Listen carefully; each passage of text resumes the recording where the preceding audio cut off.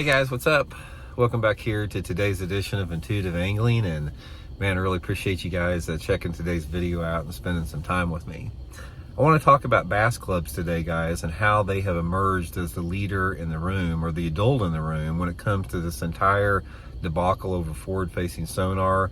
Bass clubs across the country are stepping up big time and coming out against this. I've had contact with a lot of them, and I sort of want to share with you guys what I'm hearing from these clubs across the country, because I think it represents a really good microcosm of what's going on overall with the sport in general here. So we're going to get into that in today's video. Also, guys, just a couple quick thank yous here. Just want to thank everybody that's taken time to subscribe here to Intuitive Angling recently. All you guys that have hit that subscribe button is really helping the channel out. And also, anybody out there wanting to become a channel member of Intuitive Angling, and channel members get extra private videos every week that are not seen by the public, and some access to my email address. Just check it out by going to my homepage and hit the join button for information there. So really appreciate that.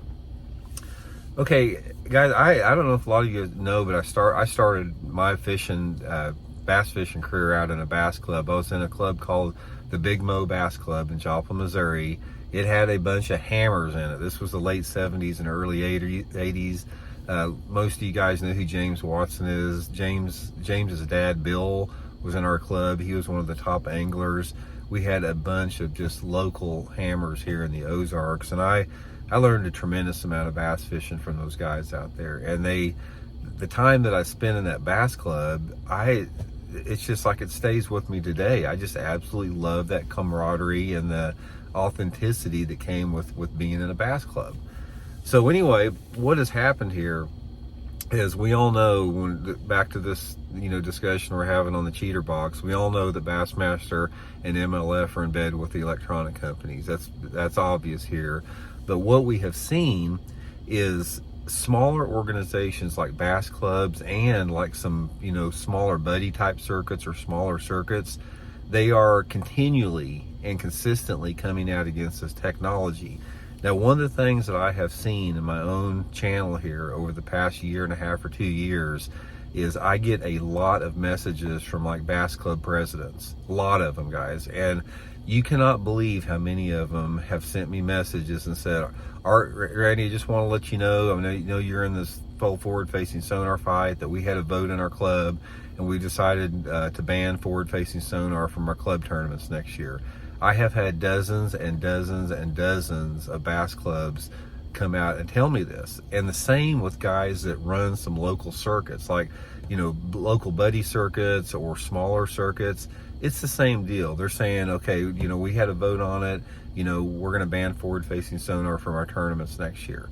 Okay, now here's the thing about it. Why is it that you have groups like bass clubs and smaller tournament circuits that are just one after the other coming out and banning forward-facing sonar, yet you don't have it at the top level tournaments? So we all know what the deal is. It's like, Garmin, Humminbird, and Lowrance do not sponsor some local bass club down the road there, or the same with some type of a buddy circuit.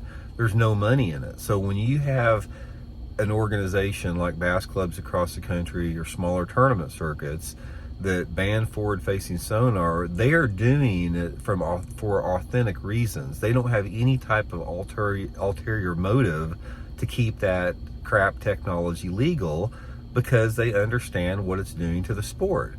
So when you don't have somebody twisting your arm to say, okay, just go ahead and keep this legal in your tournament, we'll start throwing you some bucks, under a sponsorship. When you don't have that, you can do the right thing. Make no mistake about it, guys. Money corrupts on all evil. We have seen it over and over. We've seen billionaires buy our elections. We've seen electronic companies, intimidate tournament organizations and not do the right thing simply because of the subsidies they're getting. We see how money corrupts our society on every single level, and sports, business, politics, whatever. It does. And this is no different. This entire battle we're in with the cheater box is no different. So I just want to applaud, and I want to give a shout out to all the bass clubs and bass club presidents and smaller tournament organizations across the country that have stood up and they're being the adult in the room.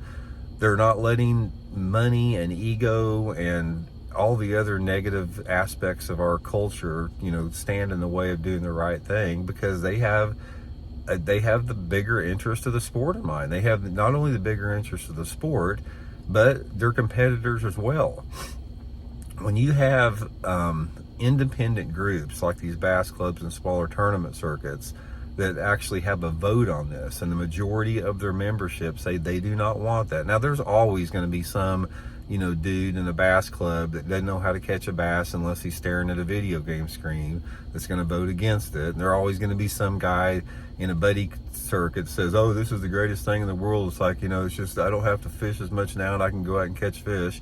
There's always going to be that lame excuse out there. But overall, when people are given the opportunity to do the right thing and money is not involved and you don't have any type of ulterior motive other than just doing the right thing, they do the right thing most all the time. And this is a prime example of it. So I just want to encourage, if there's any bass clubbers out there, I encourage you guys to have meetings to ban forward-facing sonar, from your tournaments.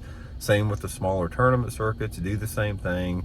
And once we start having this movement, this starts kicking in, and it's more of a normalization in the way that we're approaching this entire conversation.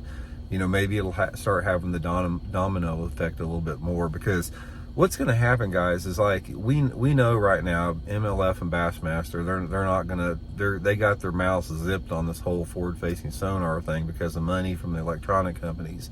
Once you reach a precipice where the public opposition and the outcry and the outrage and the shame over it overwhelms any type of financial subsidy that they're getting from the electronic companies, that's when you can make some change for the positive.